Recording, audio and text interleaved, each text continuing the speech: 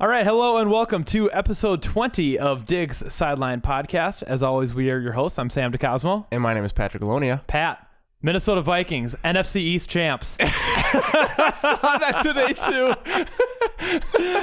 We knocked them all out. We swept the NFC East. Now, I think the Packers might be on par to do the same thing, but still. Yeah. Hey, it feels good. If you can get a win in the NFL, give yourself a pat on the back, let alone a whole division. Exactly.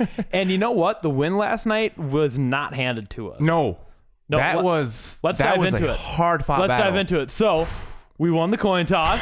Right. And you know what? I knew that there was something to it, so I sent you an article. Teams that win the coin toss have a 52% probability of winning the game. So that 2% matters. Oh, okay. I didn't see. Okay. I'm gonna be honest. I didn't read the article. The headline says it all, Pat. Well, all you said was you 2% chance more winning, and I was like, exactly.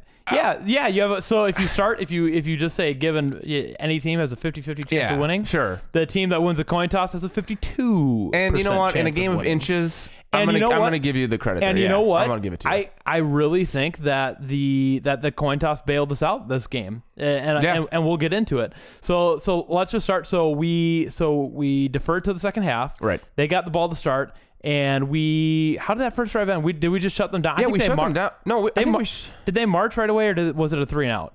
This is what happens when you don't watch the game right away. No, missed field goal. Missed field. He shaked it. That's right. That's right. Yeah, and you know Brett Maher, right? That missed field goal cost me a win against my brother John in our fantasy league. But you know what? It helped the Vikings win. There's a couple things we need to talk about and how your evening went. Yes. In wins and losses. We'll get into that. We'll get into that. All right. So Brett Maher missed field goal. And that was bad. It was a 57-yarder. Yeah. And it gave the Vikings excellent field position. Right. Yeah. And then we just started the game off. I'm going to say the majority of this game. Okay. So Kirk Cousins played good. I wouldn't say he played exceptional, and I wouldn't say he played bad. He played well, yeah. He played well. But you gotta say that Dalvin Cook won us that game. Dalvin Cook won the game because he had 7 receptions for 86 yards, I think. Those were all screens. Skip Bayless, who is a noted Dallas Cowboys fan, tweeted after the game. He said Zeke Elliott didn't even deserve to swap jerseys with Dalvin Cook. And you know what? I watched him and Shannon this morning too, and he was going off on he's like Zeke wouldn't even take him right now as a top 5 running back. I'm like, you know who I want to see? I wasn't able to watch because I was working, but I wanted to see Stephen A's response to the game because he hates the Cowboys. Yeah. And you know what? He picked the Cowboys over us. Did he really? Yeah. I didn't text you. I was going to text you guys that when I was watching. That's that whatever day it was. But yeah, everyone picked the Cowboys. Everyone picked. Yeah. So there's that screenshot from Sunday Night Football where it shows all the analysts and they all pick the Cowboys. Except for America. So the 52%, Vikings tweet out, so I guess we're America's team. I love that. So Kirk, I think had an okay game. He didn't make mistakes, but he wasn't super stellar. 23 for 32, 211 yards. 2 touchdowns, no interceptions. He was only sacked once. Yeah. I want to quick before I lose my train of thought. Yeah.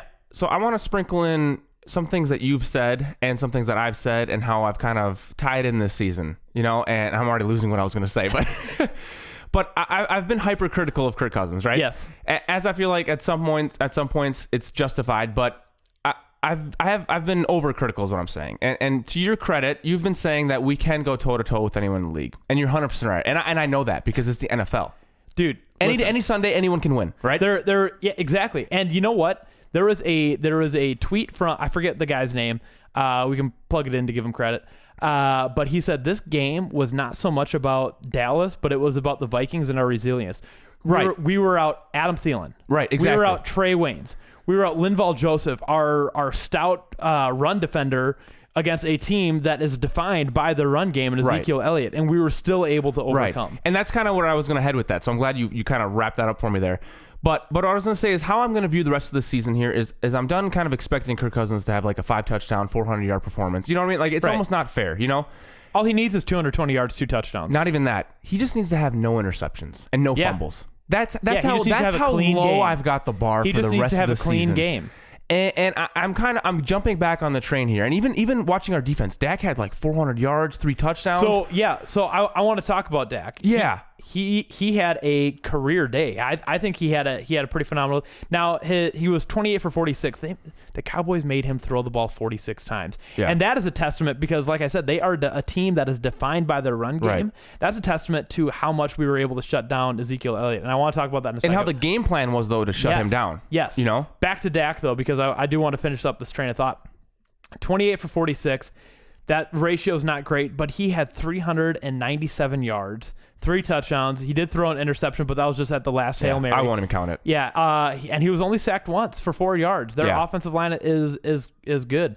So, but 400 yards and 3 touchdowns. He had a day, and he was putting the ball to Randall Cobb on the sideline. Chris Collinsworth said he was 3 yards out of bounds. That's 9 feet. I think he meant to say 3 feet out of bounds, which is a little bit more realistic. But yeah, Dak, you know what? I was a big I was very, very critical of Dak Prescott. Yeah. If you listen to into our preview game, and you know what?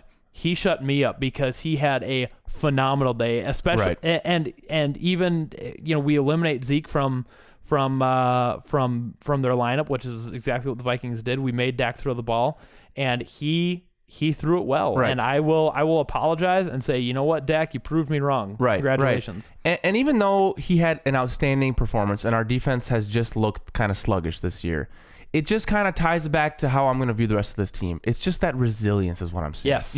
I think you're not going to expect, this lights out performance on any given week, like in like a perfect game, Yes. There is going to be holes against teams that we're going to play. But this team, there's a little fight to them, even though they're giving up. There were so many plays that were just like, how? Right. What happened? And if this was this team last year, we would have let them score a touchdown on that final drive. Exactly. That was just the team we were. We couldn't hold on to a lead for the final. Right. I think that our defense can stand strong on a game-winning drive.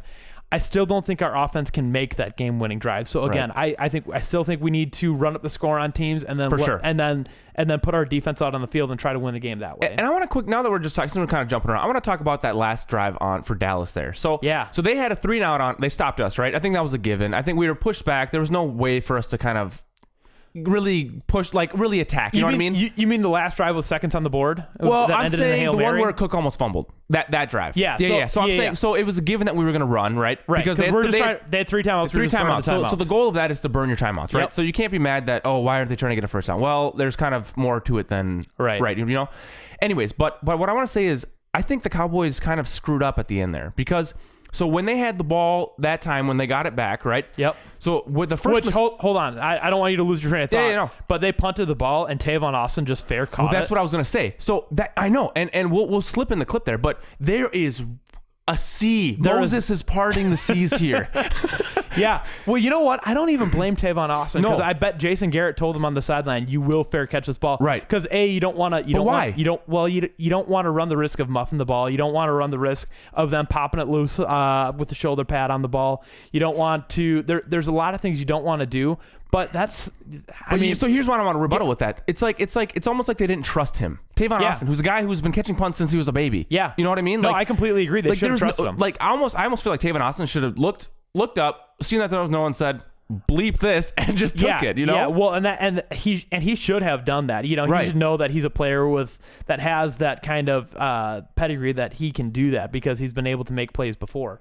So yeah, I mean, I don't fault him. He could have made the decision, but that was Jason Garrett's call. And Jason Garrett, I can't believe that guy still has a job. Right, 10 years and 3 playoff appearances or something like that. Anyways, but so now continuing with the drive. So they got all the way down to like the 15, I believe, right? And here's where I think they kind of got mixed up. So the whole game, Dak is sitting at 400 yards, through the air, right? That wasn't the drive. That was the drive before that they got down to the 15. Because the last drive that you're talking about, that Tavon Austin fair caught, they had to throw a Hail Mary at the end. That was that one. That was Hail Mary was at the final play of the game. Okay, so let me back up. The drive before the Hail Mary. Okay, my apologies, everyone. So what I want to say though, so they got their way down the field though, right? I'm talking about the one where Kendricks. Thank you. Yes. So they got all the way down there, but so on first and second down though, they ran with Zeke, right? Yes. And with the all game, and I know I'm not criticizing them for doing that because you got Zeke, right? But so essentially what they were doing though, in my opinion, was they were trying to run the clock out. and score a touchdown. They were trying to bake their cake and eat it too. Right. Well, because they've been burned how many times by Aaron Rodgers, leaving 20 seconds on the board, and he runs down the field and has a touchdown drive and walks off and wins the game. They've been burned by that quite a bit, so I understand the logic there. For sure. But you're right. They should have just passed it. We couldn't do anything. We couldn't do anything. But then they did pass it, and then Eric Kendricks had that beautiful breakup. But Kendricks he wasn't really... I thought the game was over. I thought the game was over, and then I was like, oh no. Yeah. They still have all their time. Well, we all celebrated, Yeah. we were taking those end zone photos. Okay, after like the first... Oh, Rudolph had his one-handed snag, which is just beautiful. And we're watching with your older brother, John, and I was there too. And then Sam's like, end zone celebration. We all run down to the other corner of the room, and we're just like, we're just not a bunch of idiots. We're a bunch of idiots. But yeah, okay. So anyway, I do want to just kind of go through the game. So first drive, we go down. There's a meme, and it was Kyle Rudolph said, "I'm not going to let Kirk throw this ball away," and he just like snags it and brings it in. That ball did not even bobble. It hit his hand, and it just stuck there. Is it even fair that players are using gloves? Oh my gosh, that's incredible. Would he catch that if he didn't have gloves? Because he just palmed it. No big deal. I don't know. I mean... Anywho, but it was just a phenomenal catch. So he had another touchdown, but I think beyond that second touchdown, what was even more important, that second touchdown that he had was important, but that 2-point conversion that he caught, that was huge because that put us up by a full touchdown. Right. And you know what? Let's talk about Kyle Rudolph some more. So we really haven't seen much of him at all this year. No, I know it's a commitment to the run. Well, and we've had the emergence of Irv Smith. But I'm saying, is this just now we're sprinkling on another dual threat in the red zone? Because Rudolph thrives in the red zone. Yes. Because he had 2 touchdowns, I think, 2 prior weeks, and then 2 tonight or yesterday. He's not a super stocky guy, right? But he's tall and he can go up and get it. Yeah, right. Yeah, and then on that 2-point conversion, I think he just it was like a jump ball. Yeah, exactly. Yeah, right. Yeah. So Kyle Rudolph had himself a night, and I've been critical of Kyle Rudolph. We shouldn't have given him the contract. We have a guy in Irv Smith, right? But you know what? He earned his entire contract last night. No, it was phenomenal. Yeah, no, it was great. So we go up 14-0. End of the first quarter. Right. Cowboys come back, tie it up. We have a end of the half field goal. Right. And then we were able. I want to talk about that. Yeah, go ahead. Did you agree with me though? I feel like we kind of just like settled for that field goal. Like there was maybe 2 plays with 10 seconds or 14 seconds left that we could have just maybe taken a shot in the end zone. We could have taken a shot. I think those plays were designed to take a shot. I think Kirk and then he just dumped it off to. Okay, that could probably be it. So yeah, if I do have one thing, you're probably right. If I do have one thing critical to say of Kirk is that he didn't really have any. He had one deep shot to Diggs that Diggs had an amazing catch on. Oh my gosh! And did you see? So when the ref initially called it incomplete, the ref could not have been more excited about saying, I know. It was on the ground. And Diggs is you're wrong, dude. He's wrong. Like, you're wrong. No. That was amazing. So speaking of that catch, I mean, basically Cousins had two plays that were just saved courtesy of his, which is how it goes in the league. But but phenomenal catches from both Rudolph and Diggs, which were huge plays. Yeah, because we didn't see much of Diggs, to be honest. No, you know what? And because I think what happens is Adam Thielen's been out the past few games. Yeah, teams double cover Diggs. He has a harder time being productive. Once Adam Thielen comes back in, they'll both start eating again. Right. But yeah, so they bailed Kirk out, but Kirk again was good enough. He was able to put the ball in a spot where they could get it. Right. They, pulled out a miracle and got it. The real hero of the game, and we talked about it, was Dalvin Cook. Yeah. He had 97 yards on the ground. He had 86 yards receiving. So over 150 all-purpose yards. That dude he is the team. He is just there's no speechless is what there was one screenplay in particular. I remember we dumped it off to Cook and the lineman got super far up the field and he kind of like looked around and was like, oh, there's no he's like, oh, Cook must have not made it through, and then he kind of turns around and Cook just blows by him and he's like, oh shoot, I gotta start going. He just starts running, but what I'm getting is his agility is just it's every play. I'm amazed by it. Yeah, it's incredible. It's insane. And the fact that, and even not even his speed and his agility, but his ability to stop and make a cut. Yeah, and which scares me. We talked about that. Yeah, we talked about that last night. The way he cuts. Pat, as a medical professional.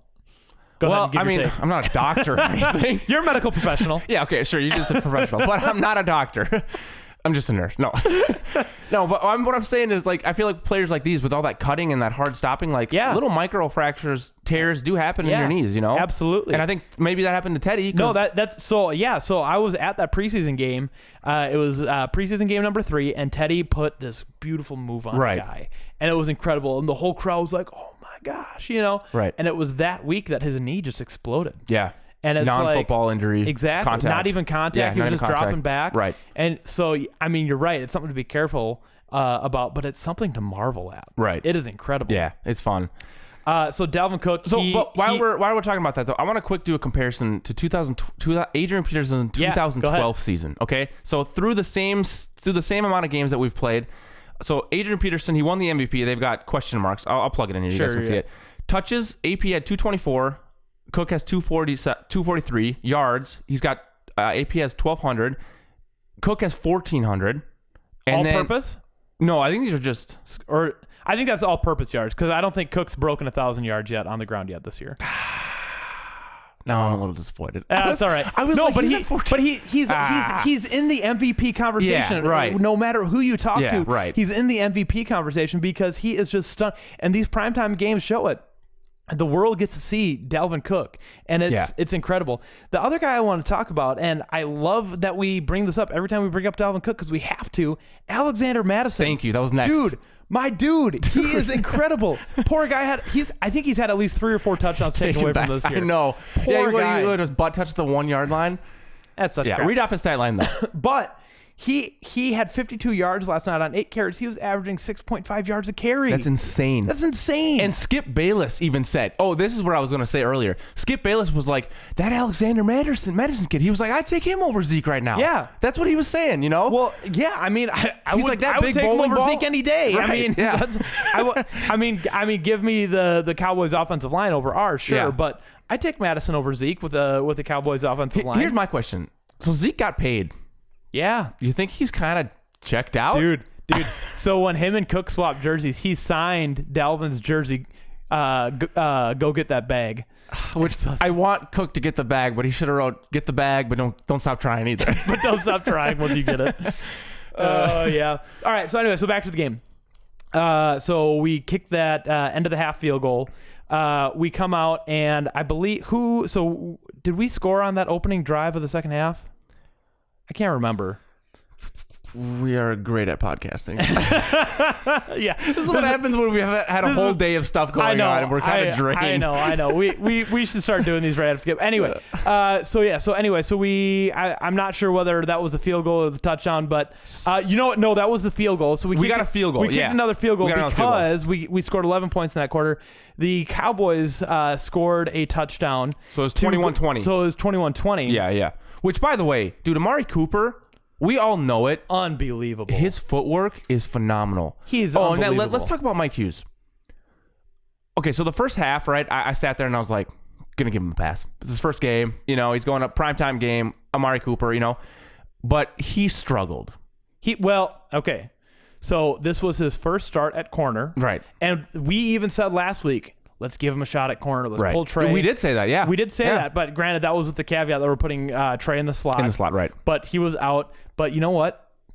So Mike Hughes goes in, and Collinsworth even said, this is almost like an audition, you know? Because, I mean, Trey Wayne's job isn't, you know, he doesn't have that on lockdown. You know, he's not a Jalen Ramsey who's always going to be, you know, the guy.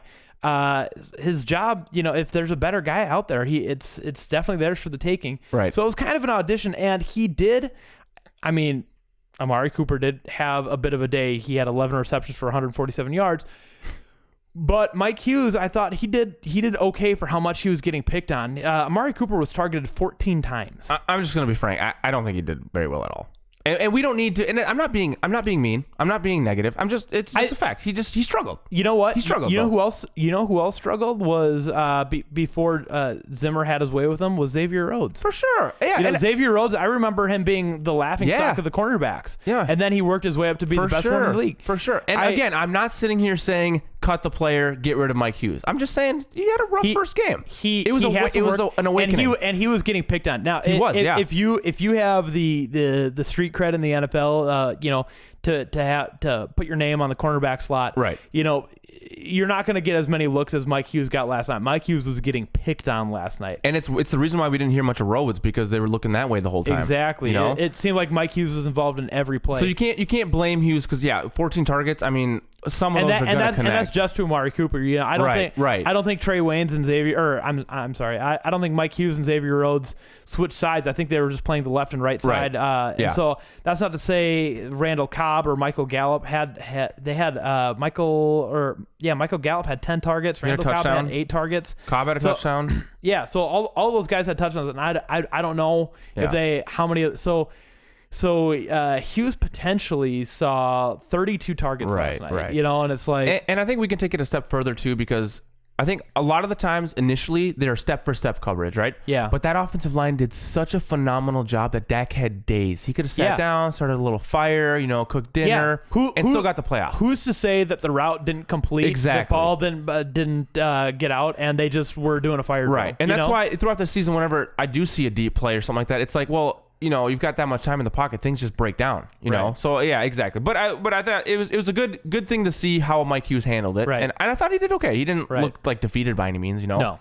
So Cowboys go up 21-20. Yep. We get a touchdown, and we're like, you know what? There's no harm in going for the 2-point conversion at this point. But let's talk about what it took to get that touchdown. Yeah. Because that was a fourth down. Oh, that's right. That was a hard touchdown. That was a heart flutter there. Oh my gosh. Yeah, because I can't remember all the plays that we did draw up. I think we did a couple runs. I think it were all runs, honestly. I think one went to Ham. We kind of showed and there was a false start too. The run was working. There was a false start too. So we kind of put ourselves in a bit of a hole. And then that fourth down, I think we managed to get up to the 1 again, and we just pitched it to Cook. And Ham sealed out the outside, and Cook just ran it straight through. Dude, we were able to run at will. And you know what? And that's the strength of their defense, to be honest, is their front seven. Their linebackers. They have they're quick. Michael Bennett. Who's that? Who's their Lawrence? Lawrence. Robert Quinn. Leighton Vander Esch at linebacker. Sean Lee at linebacker. Yeah. Jalen Smith. That front seven is the strength of their defense, and we were able to run at will. And it's funny you mentioned that too, because I was listening to some ESPN. I think it was Dan Orlovsky. Yeah, I saw the same thing. Yeah. He was talking about how the Vikings exploited, while they have a phenomenal linebacker core, the Dallas team does. Yeah. Their weakness, they're too aggressive, is what he was saying. I don't know if are you talking about the same thing I am? Yeah, they were selling out. Exactly. And so on these screens and stuff, they're biting too much, or they're going in too much, and there's all that running room. And it's the same thing the Packers did. Aaron Jones had a career game that day. I think he had like 4 touchdowns. Yeah, and he had like a couple through the air and a couple through the ground. Yeah. So yeah, that was one of their weaknesses. Yeah. No, and then what I liked about that video is Orlovsky flipped it, and then he was like, "Now look at the Vikings." Yeah, and they all stayed on their feet. Exactly. He showed the Cowboys, and like 7 of the 8 of the people that they had in the box were on the ground. Right. They showed the Vikings, and everybody just read the play well, and they were able to get Zeke in the backfield. And right. It was pretty cool. And I want to quick talk about, we had a couple injuries on the line too. So I think Brian Dozier came in. Dakota Dozier, he came in. And who was that? Brian O'Neill. O'Neill did, yeah. And Brian O'Neill's been having a great year too. Right. But I just thought the 2 that came in played well. Yeah. Is that what I was? I like Dakota Dozier. I'm a fan of him. I like Dakota Dozier. I think Josh Klein was the other one that went out, and Rashad Hill went in for him. Yeah. The thing that so Josh Klein and Brian O'Neill have I feel like they're the strength of our offensive line. Whenever I see an offensive line go down, I'm like, please be Riley Reef, please be Pat Elflein.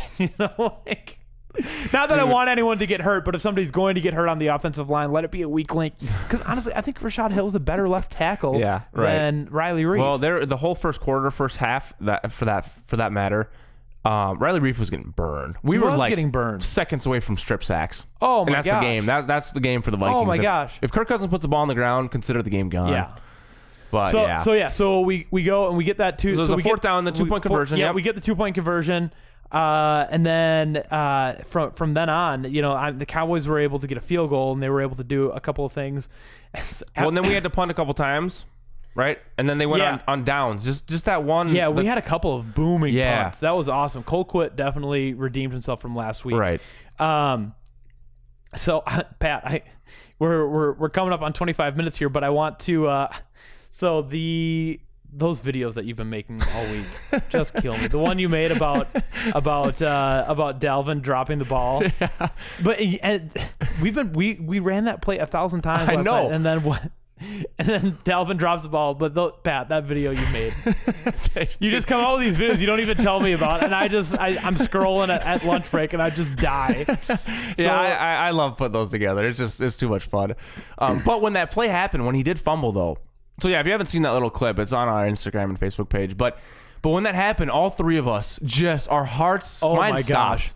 100%. That could have been a scoop and score. Yeah, or not. the game. Or, yeah, maybe not even a scoop and score. Just a ball down. Here you go. Here's the gift. Yeah. The only way Vikings can handle it. But I want to talk about one more thing that just us all watching the game. Yeah. So they're hucking the Hail Mary, and here comes J-Ron Kurtz. Big boy comes in, picks it, and Sam and I, we look right at each other and we go, Curse isn't in jail. He's not in jail. Let's go. We said the same thing at the same time. That was pretty fun. Well, yeah, and I like to see him in there. Big, tall guy on the Hail Mary. That made sense. Right. So overall, I want to close out our analysis on the game with something that Kirk said last night. So I forget who was interviewing. I think it was Michelle Tafoya. Yeah, Michelle. And she goes, Kirk, everybody says that you can't win in prime time. You were able to win. What do you have to say to these people that say that you can't win in prime time? How do you want to respond to that? And he's like, first of all, the Vikings won in prime time. I didn't I didn't win. The Vikings won. And so I love that it's a team mentality. Right. And that we win as a team and we lose as a team. And like you said, the team definitely won us the game tonight. So that's kind of how I want to close out the game. I do want before we close the podcast, I want to talk about the Vikings losses real quick. Okay. So we're sitting at 7-3. Yeah. Let's just take a look back on our losses. Sure. Do you have the schedule up? Yeah. Well, I just know them because they're seared into my brain. Oh yeah. So, now they just came back to me.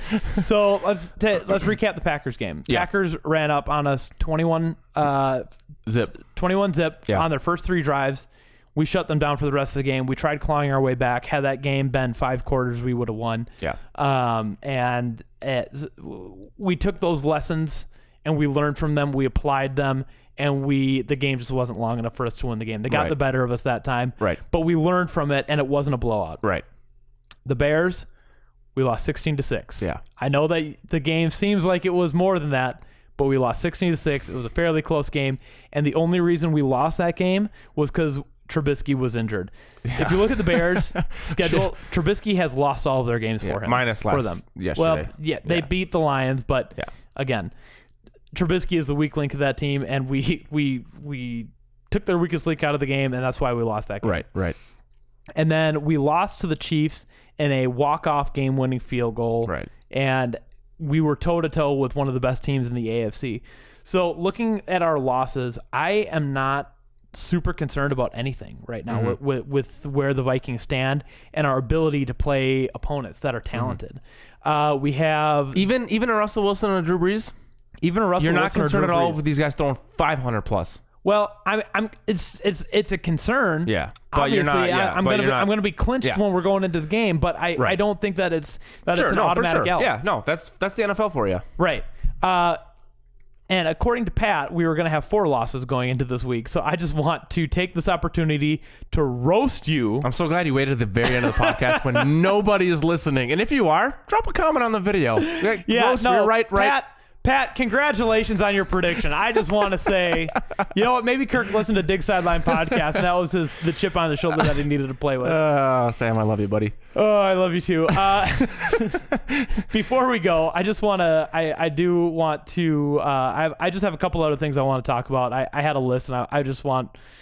It was the weirdest thing. I had the weirdest day yesterday. That's right. I won $200, and I was sad about it because I could have won $800.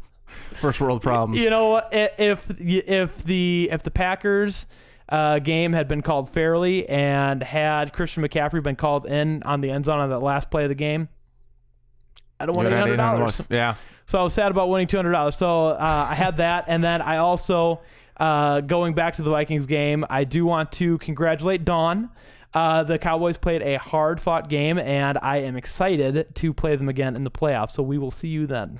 Because I do think the Cowboys are going to the playoffs. They're winning their division for sure. Yeah, NFC for sure. Yeah. So that was all I wanted to talk about today, Pat. Yeah. Anything else you wanted to close out with? No, that's it. I just, that's it. So, okay, so next up is the Denver Broncos. At home. We play them at home, and then it's the bye, and then after the bye, we have Seattle Monday Night Football. Yeah.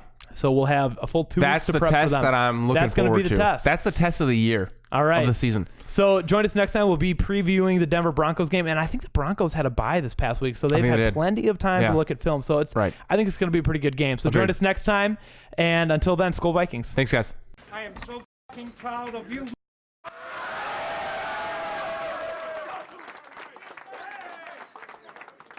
You guys fought your off tonight, okay? You fought your off. It wasn't always pretty.